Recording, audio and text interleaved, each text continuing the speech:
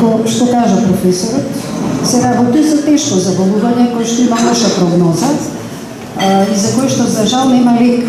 Меѓутоа дијагнозата е битно да се постави. Зошто? Затоа што овозможува адекватно да менаџерираме и бубрежната болест и окуларните и аудиолошките абнормалности. Сега како одеше дијагнозата на Алпорт на глобално ниво? Во главном во 3 етапи.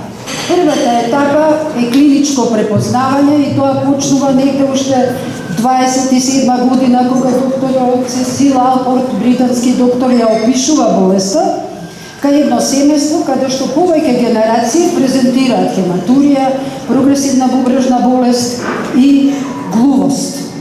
Во наредните децении, некаде се до 60-тите години, имаме клиничко препознавање, се надополнува со други клинички карактеристики, се утврдува фамилиарната природа на болеста како посебен ентитет се одвојува, за некаде после 60-70 години да имаме ера на морфолошка дијагноза.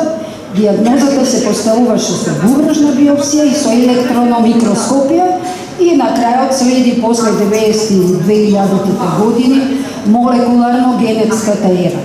Како тоа одеше на клиниката за детски болести, како течеше овој процес на развивање на дијагнозата.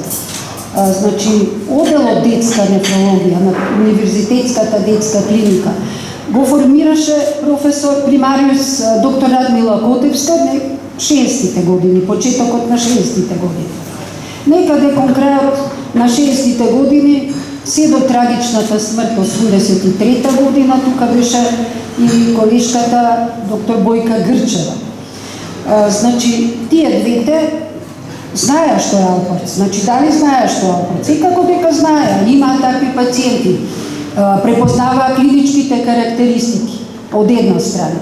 Значи, јас се сеќавам, 83-та година, октомври, значи само една недела по трагичната смрт на доктор Бојка Грчева, јас го презентирав нејзиниот труд на конгрес во Загреб, Југословенски нефролошки конгрес.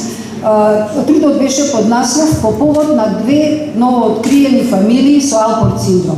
И подоцна овој труд беше публициран во годишниот зборник на медицинскиот факултет. Значи, тие знаеа што е Алпорт и не само што знаеа, тие има и морфолошка можност за морфолошка дијагноза. Во тоа време, во 80-ти, значи крајот на 70-ти, 80-ти години, на Институтот за патологија професор Лјупчо Гроздев воведе електрономикроскопија и практично еден добар дел од пациентите беа документирани со бубрежна биопсија и со електрономикроскопија.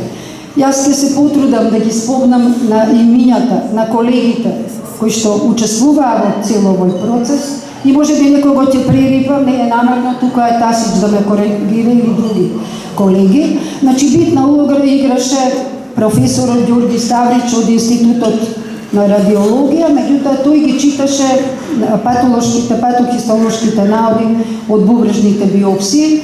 Професорот, нема да го заборавам, академик Момир Поленаковиќ од Атут на нефрологија, кој секогаш ни беше на располагање и помош не само во дијагностиката на Алпорт, во дијагностиката и на други гломеруларни заболувања.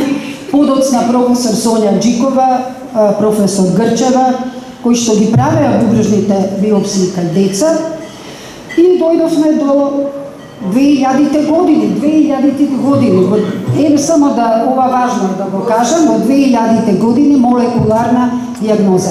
Тука посебно би му се заблагодарила и би одала признание на професорот Велибор Тасич, кој што неуморно со неговиот љубовитен дух и комуникативност воспостави мрежи на соработка со многу интернационални центри, каде што праќаше ДНА за анализа на различни ретки болести, меѓу нив и Алпорт синдром, и добивавме таква дијагноза, инаку кај нас не се работеше молекуларна дијагноза, да не ја заборавам и професор Гордана Петрушевска, која што во тој период ги читаше биопсиите и која што помогна со конекции со колегите во Љубљана, во Словенија, кои во тоа време работеа голем проект Алпорт синдром. Кај нас молекуларна дијагноза е воспостави на МАНУ професор Плашевска, професорот Тодор Арсов ќе го спомнам како генетски советник, И на крај, новата генерација на детски нефролози, која сега е активна на клиниката за детски болести, на чело со доктор Нора Абази, кои се соочуваат со новите предизвици и за кои се надевам дека ќе сведочат на откривање на лекот за Алпорт синдром. И за ептен на крај, да не ја заборавиме ни Гордана Лолевска, односно улогата на невладините организации, пред на незината организација посветена меѓу другото на деца со Алпорт синдром, кои што ја зголемија јавната влијае во овие 10-11 години да се зголеми јавната свест за Алпорт синдром, а со својата гласност постојано вршат притисок на институциите, на здравствените фондови и представуваат коректор во нивната работа, а во интерес на пациентите со Алпорт синдром. Може би малце подолго, али мислам